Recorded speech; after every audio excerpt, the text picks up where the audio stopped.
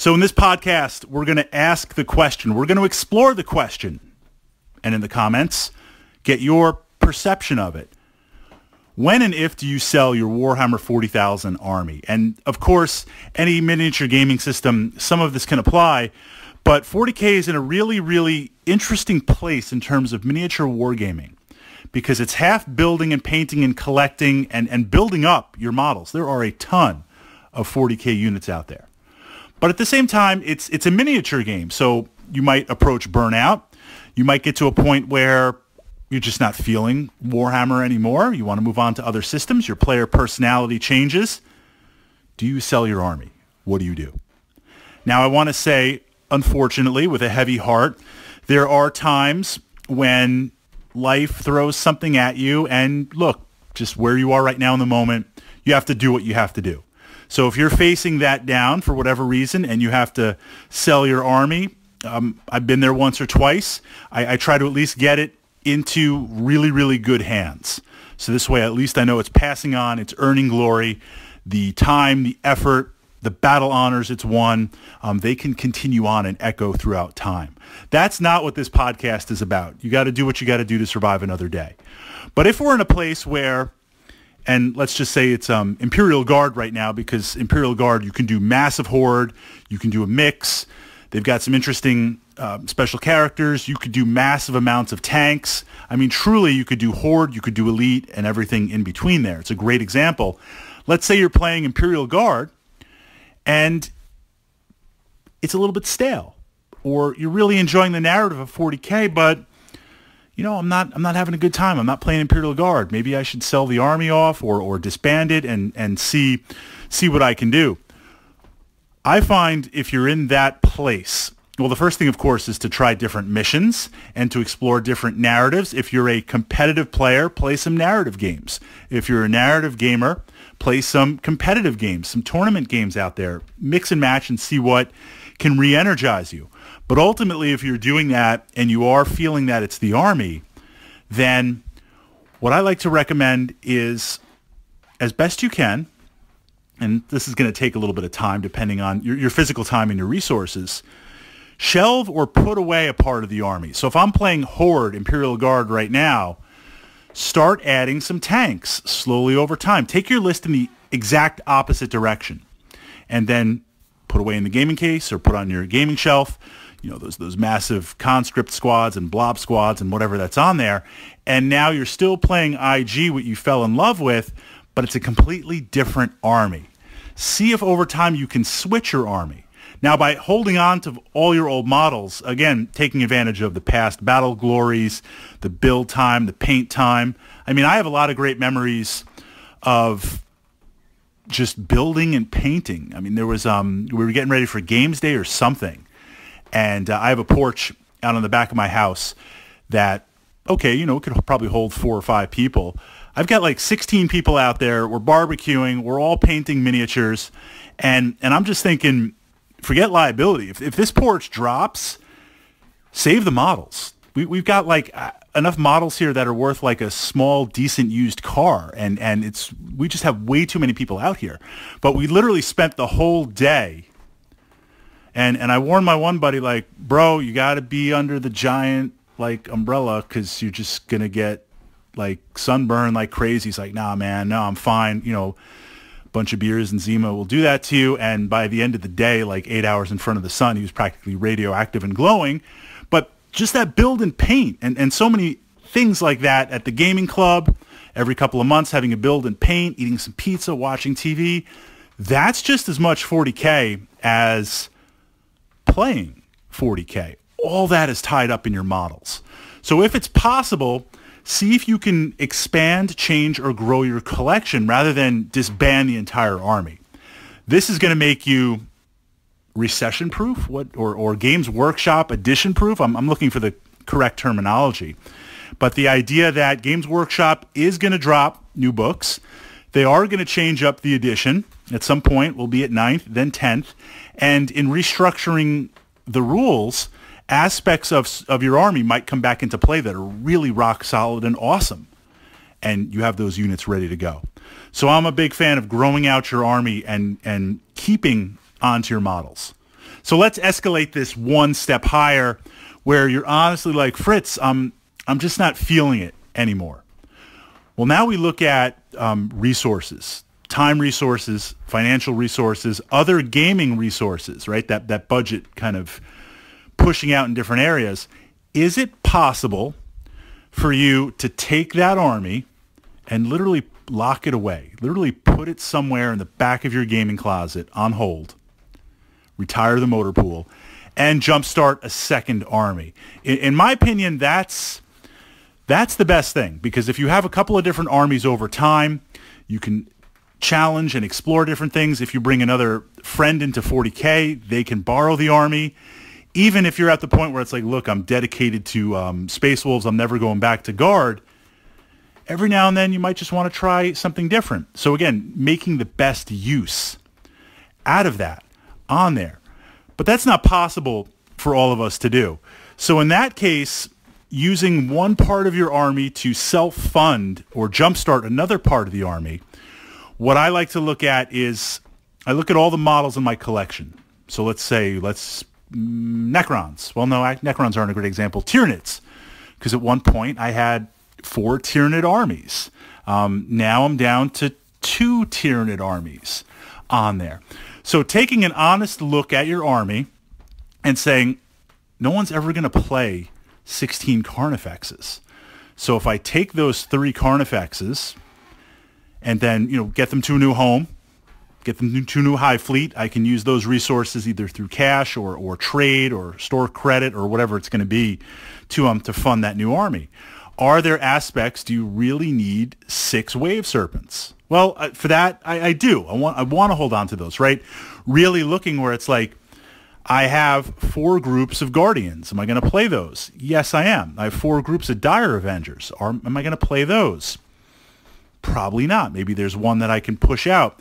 So I won't say downsizing, but looking at your model collection, looking at your army and spinning off or utilizing bits and pieces of it off to kind of fund that other army.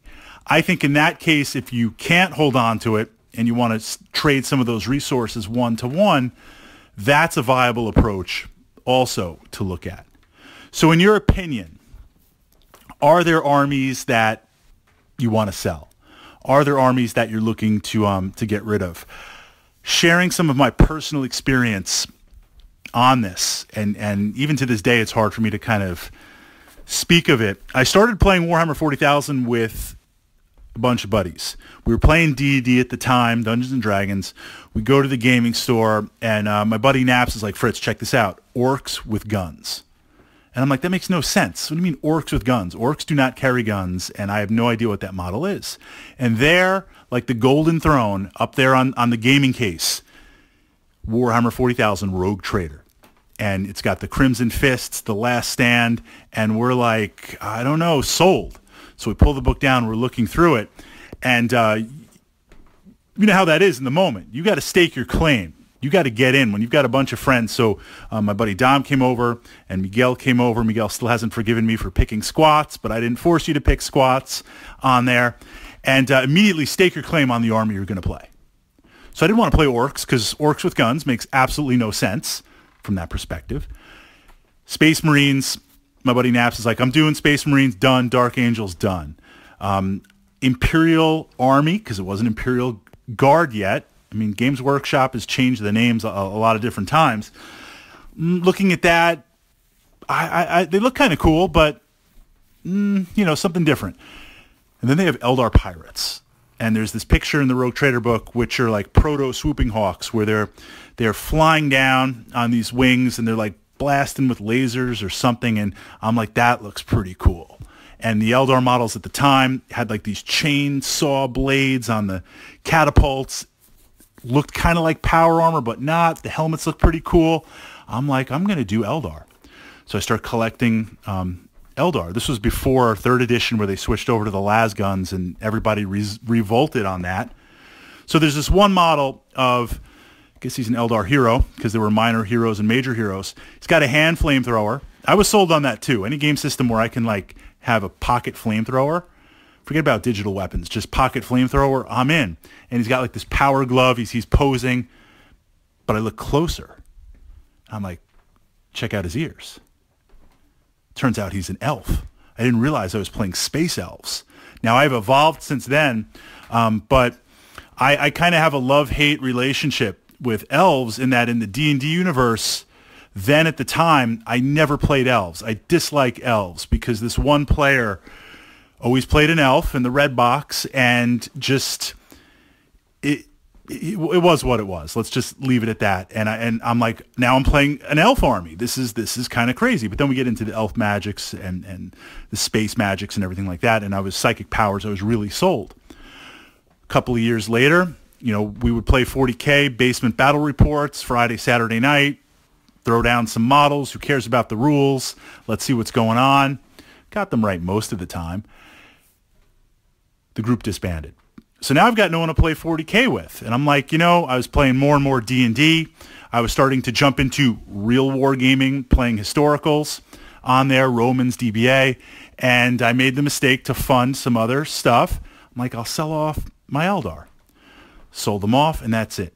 Never thinking I'd really fully get back into 40K again on there. And I had a great time playing 40K, but it was such a small subset of the gaming culture, it was impossible to find players on there. So to kind of wrap the story up with that, at some point I'm realizing I really liked Warhammer 40,000. This is, 2006-ish. I got to jump back in here because we're doing D&D. We're doing the BattleTech thing. We're doing Ancients, Romans, DBA. It's good. I'm having fun, but I want to get back to that space elf magic on there. So I find out the wonders of the internet. A gaming club, Battle for Salvation, is literally 5 minutes from my house. And I didn't feel that bad because they just started a couple of months ago, maybe 6 months ago. And I'm like, let's do this. Let's go in there and do that. I started playing Space Wolves at the time from there and kind of moving out and pushing from there. My Eldar army, they were all metal models. Some of them were painted okay. I could have easily stripped them. There were bits and pieces that I would have utilized in other parts of my army.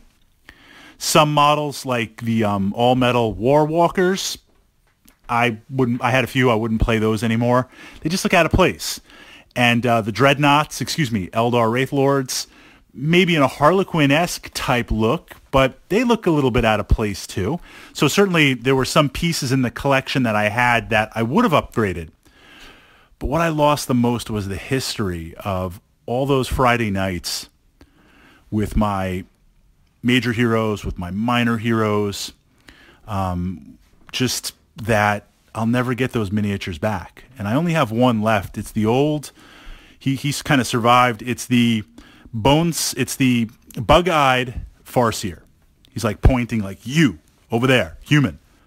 And he's going to cut this elaborate helmet and the runes and stuff on there. Still a fantastic model that is out there, but it beckons to a time. So that gets into that type of advice where I should have just stashed that army back in my closet. Now, years later, I did that with Grey Knights. The original Grey Knights were actually painted black and gold in White Dwarf, and I had that army, and I played it for a while, and then it sat in my gaming closet, and then everyone's on the Space Marine bandwagon, and I'm like, I'm going to play Grey Knights. So we took them out, repainted them. My Necron Raider force, that's been through 2 or 3 iterations on there. My Tyranids.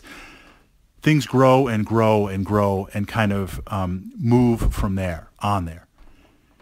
Your thoughts? One last kind of thing, because I'm thinking about it. What we used to play was, if your HQ got killed, or if you lost the battle, the other opponent, the other player got to keep that HQ in their collection, and you had to fight it. It's very Riddick. You kill what you keep on there, and then you couldn't use it in the next game. You had to have like a minor HQ, or you had to have some sort of subordinate in there to fill in on the time. It kind of made things interesting on there. That has absolutely nothing to do with this podcast. But we're going to leave it there, and I'm going to ask you the question, barring unfortunate life circumstances, which just, they are what they are, do you sell your 40K army? Do you keep your 40K army? Do you evolve your 40K army?